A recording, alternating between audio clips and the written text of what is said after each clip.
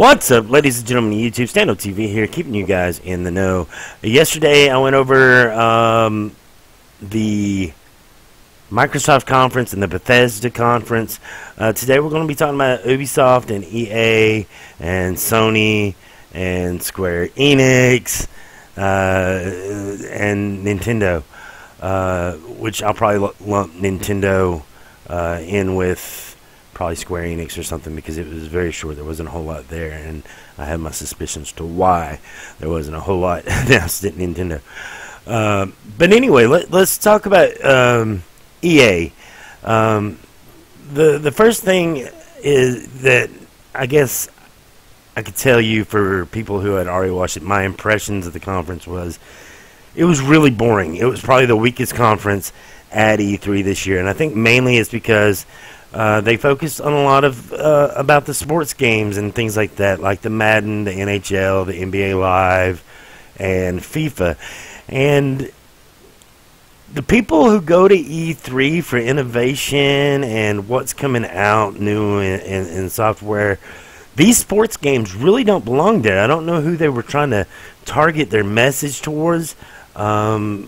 I don't know if they just don't have enough coming out within the next 6 months to a year to justify having an actual press conference there anymore, or what the deal is. But I do know that they focus on sports games way too much, and nobody really cares at E3. I'm not saying that sports games are a bad thing or anything like that. I'm saying that these sports games, well, I mean, they're just not the people at E3. They're not the general press. These are games that barely get maybe one or two extra features year by year. They don't gradually or dramatically change the game on a year-to-year basis, and I think that's where a lot of the drag came in. I mean, it was great to see Pele there and talk about some sports and things like that, but to me, it just fell on my deaf ears. I just did not care that EA Sports. I didn't care, and I don't think a whole lot of other people cared either. And I'm sure there's an audience for that, but I don't think there's an audience for that at E3. We know that the Maddens are coming every year. We know the NHLs are coming every year. And we know FIFA's coming every year. They also showed Plants vs. Zombies. They had a weird moment where they dragged this guy in a zombie costume out on the stage trying to make a joke, and it didn't really work out. But anyway, I think they focused way too much time on Plants vs. Zombies 2. I'm glad there's a second game coming, a follow-up game, to where you're defending as the zombies this time, and the plants are the ones on attack. That's pretty cool. But I still think that they showed too much of this game, and I think they spent too long here when they could have moved to somewhere else. This is probably about 45 minutes off of. You know, everybody that was covering E3 were stating how long the EA went, and they could have shaved like 45 minutes off their time, easy. Just, you know, not talking about all these different things. So what did they have interesting there? Well, they led off with letting us know that there's a new Mass Effect game, and that Mass Effect game is coming in Holiday 2016. Whether it actually makes it in Holiday 2016, well, I don't know. Okay, we'll have to wait and see. It is Andromeda, I think that is the name of it, which is the nearest galaxy to us, so it's not going to have a whole lot to do with the Shepard story and all that stuff.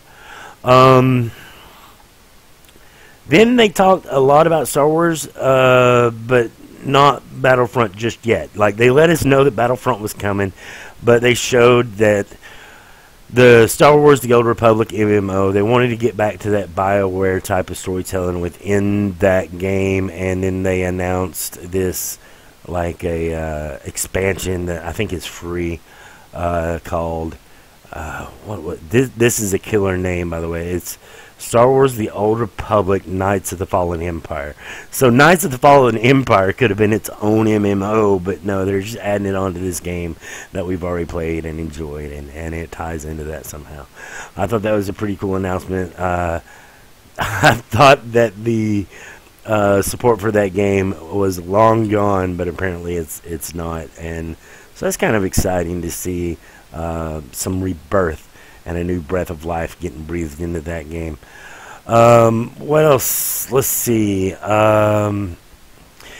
They had this guy come out, and he's really, really nervous. And he's this developer of this new game, and he was very, very nervous, but yeah, excited at the same time. And I felt so sorry for him being up on that stage in front of all them people because that typically isn't his spot. But I think the way he was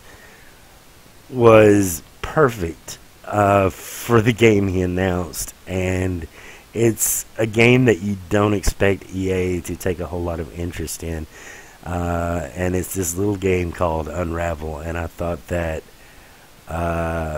it was a fantastic game. The way it looks like a 2D puzzle platformer where you play as this little yarned figure that is slowly unraveling as he goes throughout the world, and he's using the yarn to complete different obstacles and things like that. I was very interested in this game. I'm glad they showed it.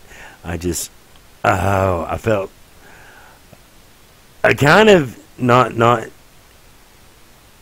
fell in love with the developers' compassion for the game, and yet the game itself, and it's something that I took a lot of notice in, and I want to see a lot more of this beautiful game called Unravel. Really. Other than that, they talked about, let's get to this. They talked about Mirror's Edge 2, which is really, really, really cool. A lot of people have been waiting on that for a long time, and I'm glad to see that it's making a comeback, and we get to learn more about Faith and her story. Apparently, this is going to be an origin story, and they showed it, and it looks more like the Mirror's Edge that we know, but on an open world scale, and I think that is going to be fantastic. And then really all they had left to show, the big main event of the show was Star Wars, and it blew everybody away. They showed an entire battle at Hoth, and it was one of the I think it's one of the big giant walker things that the Empire was trying to defend it while attack the Rebel base. If they made it to the Rebel base, the Rebels lose. The Rebels trying to push it back and take out these walkers. I thought it was fantastic. They showed points of views from all the different players as the camera swung around, so you got to see gameplay of the TIE fighters and the X-Wings and the Walker itself and all the different troops and the heroes. You get to see Luke Skywalker came on to take on Darth Vader on the battlefield. I thought that was fantastic. Really, though, EA had probably the weakest press conference at E3, and it's because if you think about it, they opened with